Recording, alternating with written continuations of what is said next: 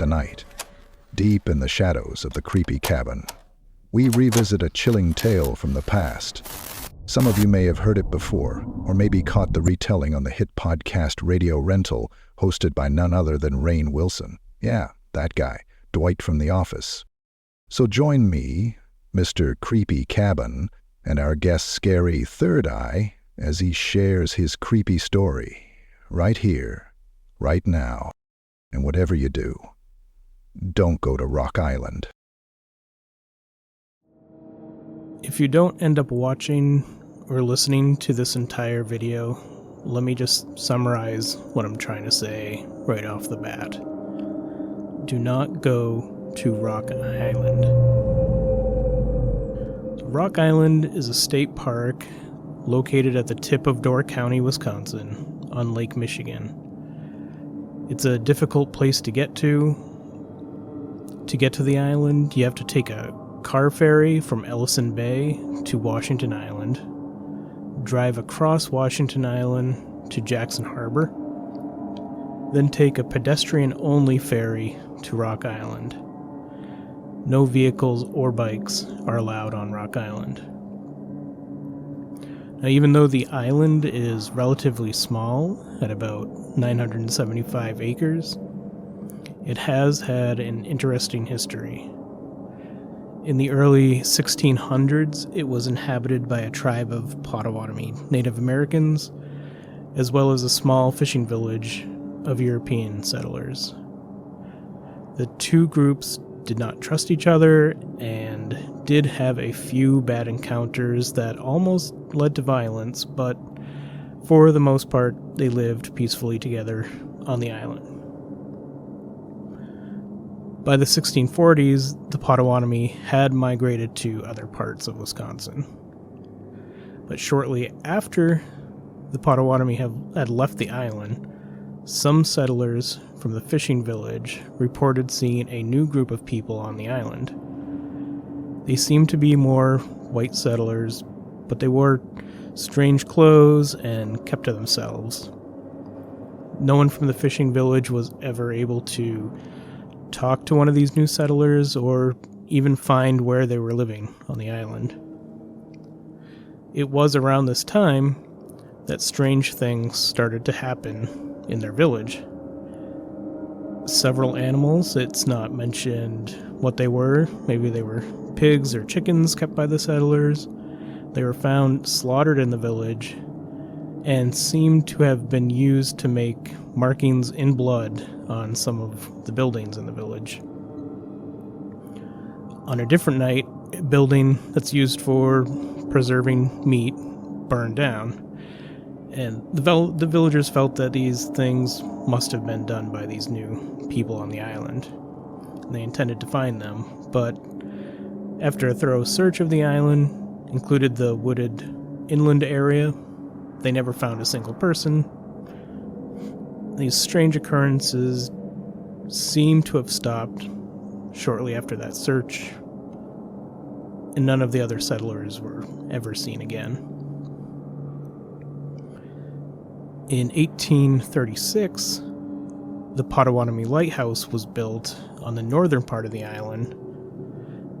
After construction was finished, the lighthouse was inspected, and it was reported back that the material of which the lighthouse and dwelling are made are of the best quality, and that the work is done in a substantive and workmanlike manner.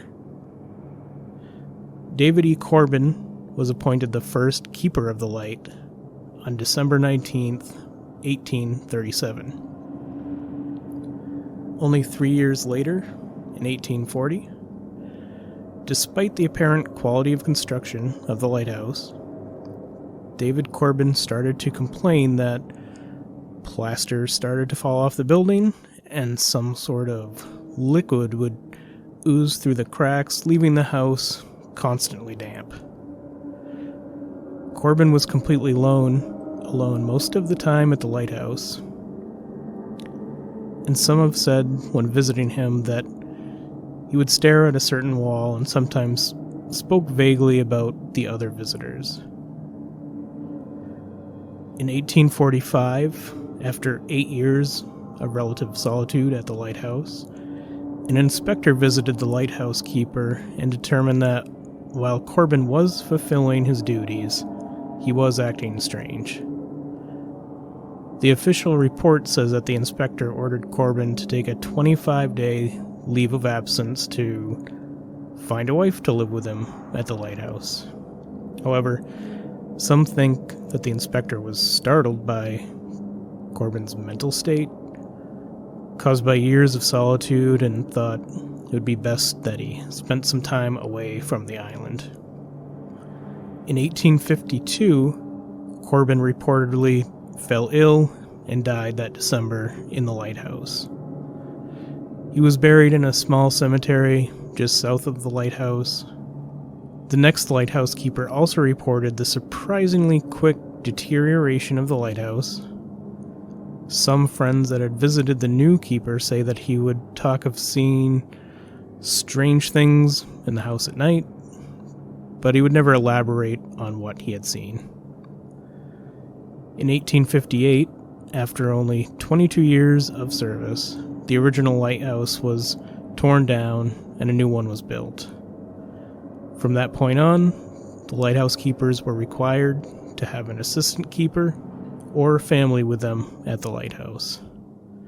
No strange occurrences were further reported in the lighthouse logbook outside of strong storms and occasional shipwrecks, except for on January 20th, 1876. The keeper at the time, named Betts, reported that he saw 2 men attempting to row to the mainland from Washington Island. He wrote, "A terrible storm came up shortly after their departure, and they never made it to their destination." Then over 3 months later, on May 3rd, 1876, Betts wrote, "The 2 men who were lost last January have been seen several times. Once from Caney Lighthouse and once from Jacksonport. The men were apparently frozen stiff and sitting upright in the boat among a mass of ice. At last account, they were still adrift. There is not much hope that they will be found and buried." By 1900, most of the island's inhabitants left for better fishing areas on Lake Michigan. In 1910, a successful business owner and inventor, Chester Thorderson, purchased all of the island except for the land that the lighthouse occupied in the north. He used the island as a private summer retreat from his business in Chicago. Thorderson is responsible for the unique and mystifying buildings and structures that are still on the island today. On the south end of the island, he built a giant stone hall that has a boathouse on the lower level. There's a stone water tower that was built on the east side of the island, and an imposing wooden gate was constructed on the west end of the island. The Great Hall was used to store Thorderson's immense book collection.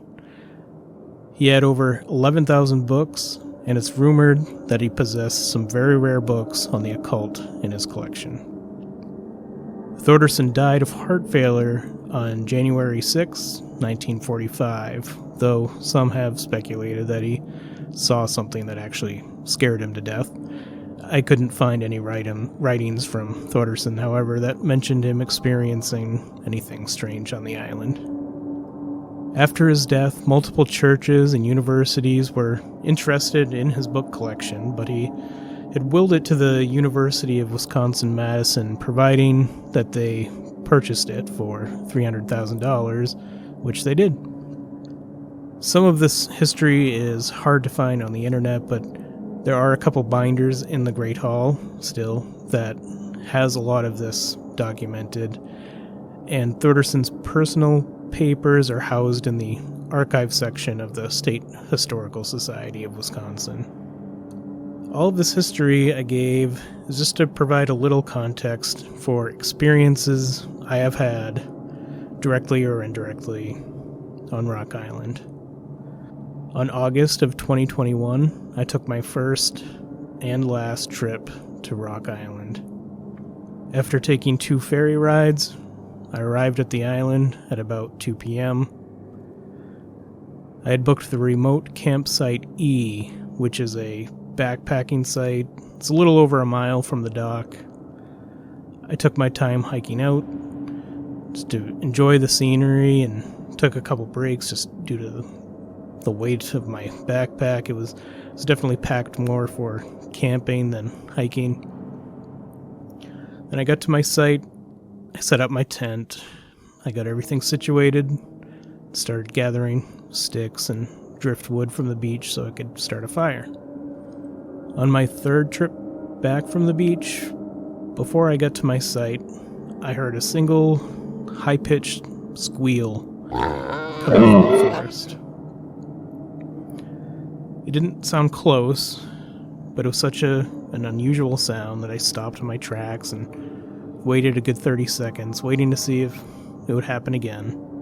It didn't, so I continued back to my site. When I got back, I began working on getting a fire started. Now, the remote camping sites on Rock Island are pretty well spaced out.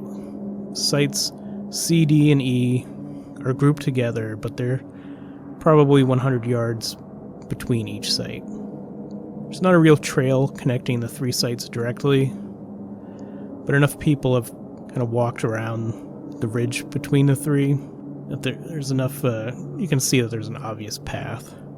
As I was setting up some sticks in my fire ring, something caught my eye and I looked up. Fairly far away, it looked like it might have been at Site D, maybe a little further, was a person running in my direction.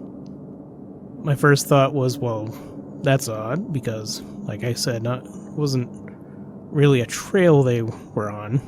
Then my mind just went to, there must be something wrong, this person needs help. They got a little closer, and it looked like maybe it was a woman in loose gray clothes, maybe in a hoodie. It was still far enough away that I couldn't really make out the details. I quickly stood up from the crouching position I was in, and just as I did, I heard that high-pitched squeal noise again. It was behind me. It was much closer this time. And this startled me quite a bit, so I turned around to look behind me. I scanned the trees for a couple seconds, but I didn't see or hear anything. I turned back around because I knew the person running must be getting close, but now they were gone. Again, I stood there, scanned the trees, but didn't see them anywhere. So I was confused. I was kind of frozen for a few seconds. It was all very strange. But I was able to reason it out in my head that there's just a fellow camper from Site C or D that was maybe running to the pit toilet. And that's a couple 100 yards west of the sites. And I tried to forget about it, but it was really just bothering me. I did not like whatever that squeal noise was. I just felt strange. With some effort, though, I decided just let it go, started my fire. I had a quick meal, had a couple adult beverages, and started to take a little walk. I hadn't seen sites C or D yet, so I thought I would check those out, see if I have any neighbors camping nearby. Site D was empty. I did see the path that led from that site to the main trail and pit toilet, so that made me feel a little less uneasy about the runner. I figured it was maybe someone from Site C that took a strange way to get to the main trail by going through Site D. It didn't make a ton of sense, because I still should have seen them, but it made me feel a little better. I continued on to Site C and saw there was a tent set up. I really didn't want to bother anyone, but I thought I'd go over with the excuse that I would introduce myself as a camping neighbor from Site E and see if anyone looked like they may have been the person running earlier. I came up on the site, and there were a couple sitting at a picnic table. Neither of them looked like what they had been the person I saw running. I introduced myself, and they introduced themselves. They were probably in their mid-30s. They were very nice. Both seemed to be pretty drunk, but a quiet drunk. I didn't ask about the runner or the squealing noise because I thought it might be weird. I wished them a good night and walked back to my tent. When I got back, I had a cigar, had a few more drinks, it got dark, and started as a perfect night. The sky was clear, and I was just staring up, looking at just millions of stars. I felt better about everything from earlier, and felt stupid about the whole thing, and decided to get some sleep. It was a long day, so I fell asleep almost immediately. At around 2:30 a.m., I woke up by a huge boom of thunder. It started downpouring. The wind picked up and the temperature dropped.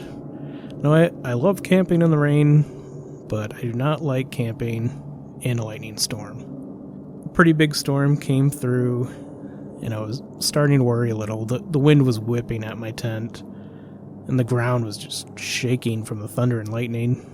I did not feel good about being out there in a tent, and just felt very exposed. The storm lasted for about an hour before it just became just kind of a light, steady drizzle. I was just starting to fall back to sleep when I heard the squeal noise again. I opened my eyes up wide in the dark and just laid there silent. There was another louder squeal noise, and it was pretty close. I knew there were no real dangerous animals on Rock Island. There are deer, maybe porcupine, but nothing like bear or wolves. But knowing that still didn't make me feel better, though. There was just something about that squeal I didn't like. Now I say squeal because that's the best I can describe it. It sounded like a pig squeal. I don't honestly know that much about pig noises, but that's what I thought of when I heard it, like an injured or angry pig squeal. And I continued to lay in my tent, started to hear footsteps outside my tent. It was still raining, so the sounds were pretty buried in the sound of rain, but definitely sounded like somewhat large animal or human walking around. And I sat up on my tent. I took a knife I had out just to make me feel better. In my head, I just kept saying, you know it's an animal. It's fine. There's nothing in these woods that can hurt you. I listened to the footsteps. They started moving away from my tent. I just sat there being still, holding on to my knife for maybe 10 minutes or so without hearing anything else. I started thinking to myself, it's fine. It's just an animal. You're being stupid. You need to get some sleep. But just as I was about to lay back down, there was a very loud squeal, and it was right outside my tent this time. And it felt like my heart just stopped, and a shiver went down my spine. My heart was beating so hard, my entire body was pulsing. I felt that in my ears. It took everything in me, but I forced out a get out of here. Get out. Not shouting, but just as stern and mean sounding as I could at that moment. I didn't hear any more squeals or footsteps that night, but I also didn't sleep very well the rest of the night. I just sat there in my tent, maybe for an hour before I laid down. Eventually the rain stopped. I kept laying there until the sun came up. All that time just kind of reassuring myself I was being stupid. It was just an animal. And it was probably 7 a.m. before I decided I had to get out of my tent to relieve myself. But then as soon as I stepped out of my tent, I saw that my picnic table had been turned over and was upside down. When I saw this, I surprisingly calmly thought, okay, this is enough. I'm leaving the island today. I checked my surroundings. Nothing else seemed out of place, and I eventually reasoned to myself that the wind had blown over the table during the storm. That still seemed strange, though, just because the table was pretty heavy, and I felt like I would have heard the table flipping over, but that might have made sense. I made some cold instant coffee, had a bite to eat, started to feel a little better about the whole thing. then decided to go for a hike. And I admit, I get easily scared just when I'm out camping by myself in the woods. Maybe that's natural. But after I had some coffee and food and the sun came out, I realized nothing I heard or saw was really anything that couldn't be explained. Other than not getting a good night's sleep, I was having a pretty good time. The reason I came to the island in the first place was to hike the 7-mile Thorderson Loop Trail that has a lot of interesting things to see, and I was excited to start that hike. I packed a few things in my backpack and started off. Fairly close to my site is the water tower, and I have no idea how it originally worked or why it had to be a tower, but it's an impressive building with a fireplace that it looked like someone had recently had a fire in it. A little further down the trail was a cemetery where 2 sisters and a few others are buried. It's believed there are still more buried in unmarked graves there. Those are likely some of the settlers from the old fishing village. And the island actually has 3 cemeteries. There's one by the beach, and that's where Chester Thorderson is buried. There's one on the eastern part of the island where the 2 sisters are buried. And there's one in the northern part of the island where the original lighthouse keeper, David E. Corbin, is buried. There's also at least one Potawatomi burial area on the island, but no one really knows exactly where that is. So I kept walking on the trail until I came to a nice scenic overlook area with a bench where I sat down and had a drink of some water. And I started to hear some talking on the trail ahead of me, but I couldn't see anyone yet. There was a bend in the trail there, and the trees were thick, so I sat on the bench, waiting for these people to come around the bend. The voices were coming closer, and I could tell that they weren't speaking English, but I couldn't place what language it might have been either. Both voices were very, very deep and guttural. Then, back deep in the woods, I hear a loud and quick sorry, that's my imitation of the noise, but immediately, both the voices I was listening to responded with their own. I kind of smiled then. It sounded like the 2 heard whatever it was in the woods, and they were trying to be funny and mock it by responding.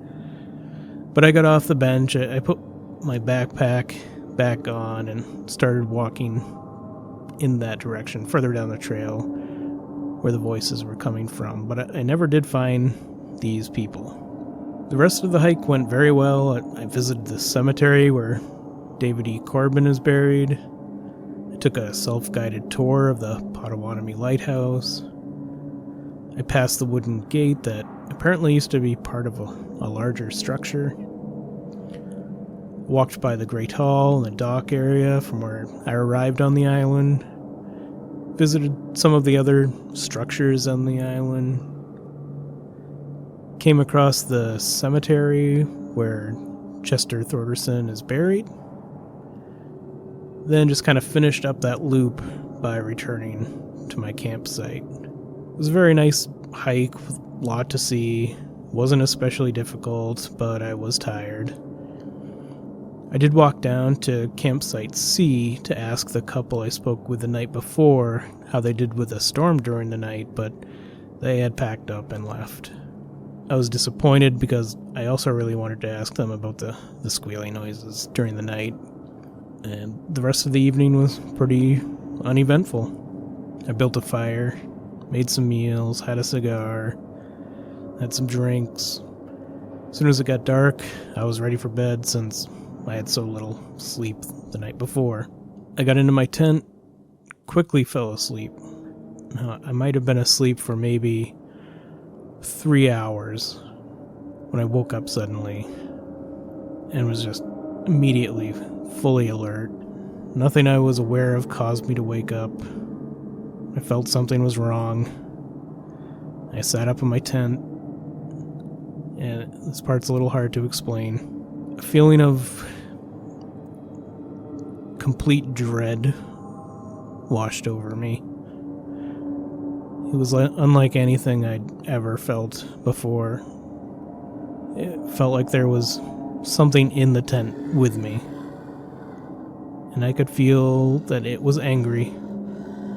Just seething with anger. Rageful, even. And I could feel its hatred for me. It felt like something very bad was about to happen, and I couldn't do anything about it. And I just started to shiver uncontrollably. And then the smell of garbage or rotten meat,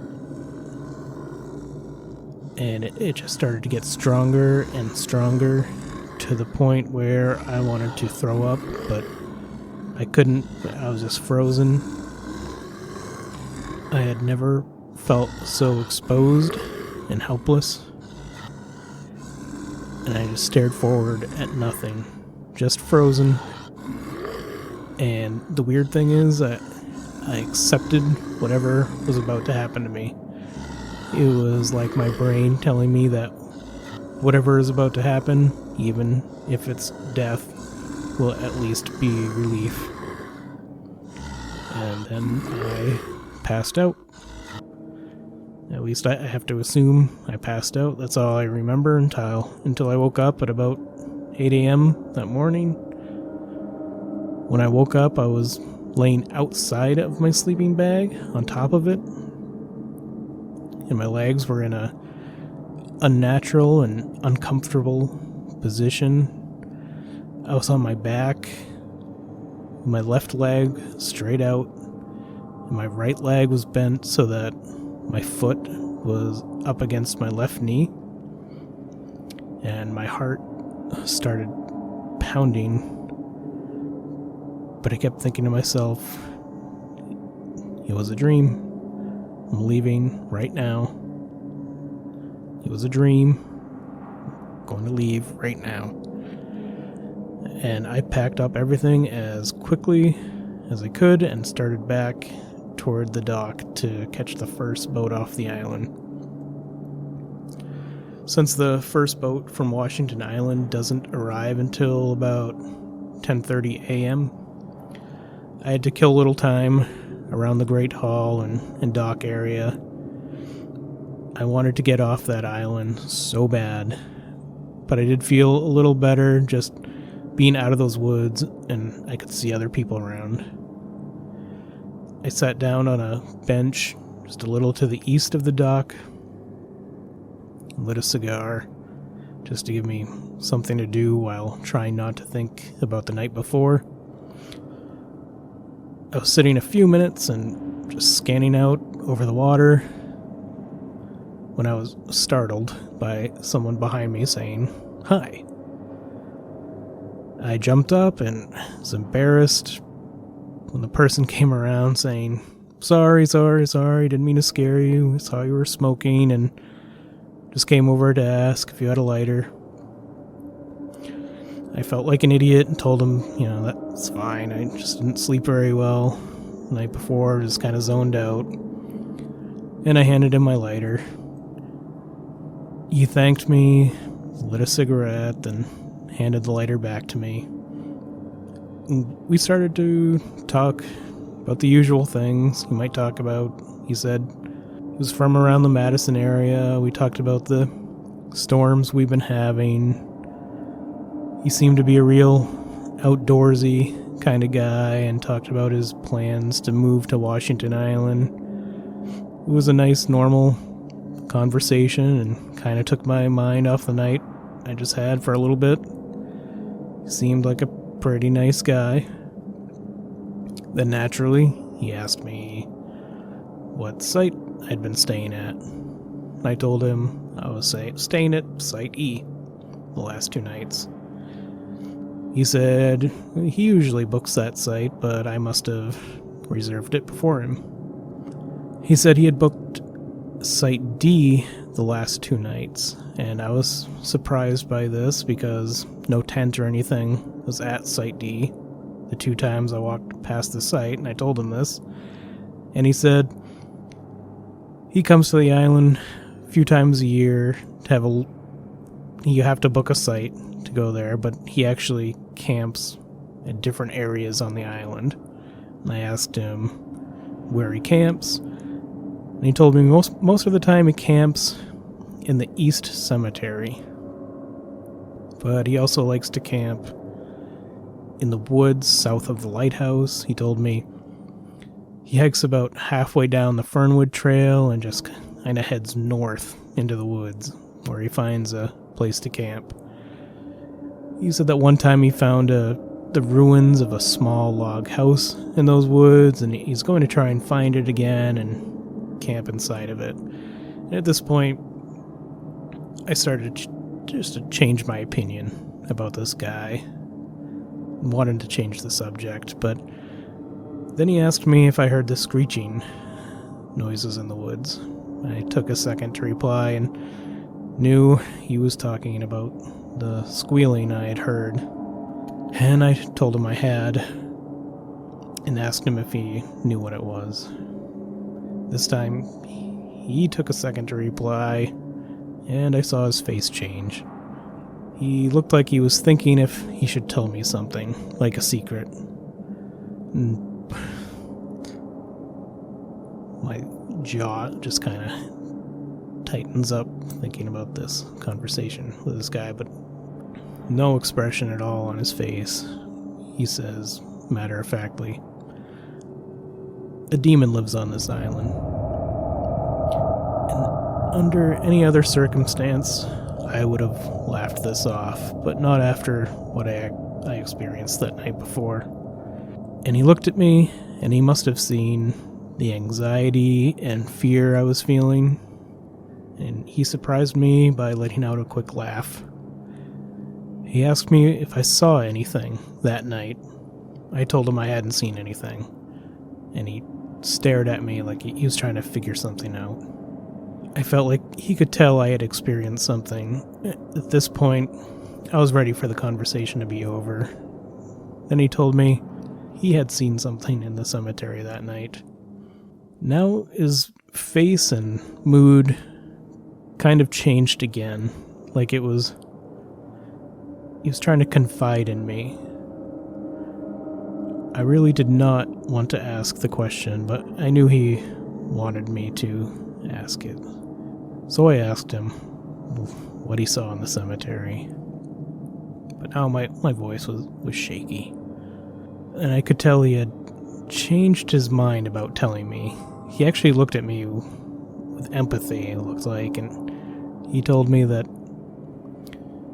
what he saw was hard to explain, but if I was afraid of the screeching noises, he didn't think I should go near the cemetery. And I didn't say anything right away, but he said 4 words without providing any context. He said, "Keepers of the Flame."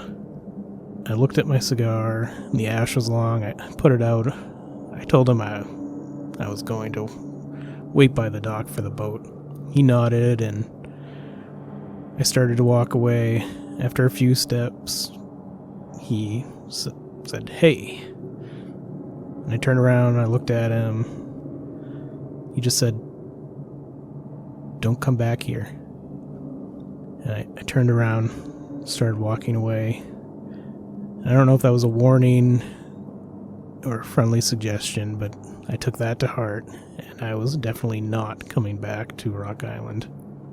When I got home, I did look up Keepers of the Flame as it pertained to Rock Island. I found 3 things that he could have been referring to. The name of the Native Americans that lived on the island, the Potawatomi, could be translated to Keepers of the Flame. The lighthouse keepers on the island were sometimes referred to as the Keepers of the Flame.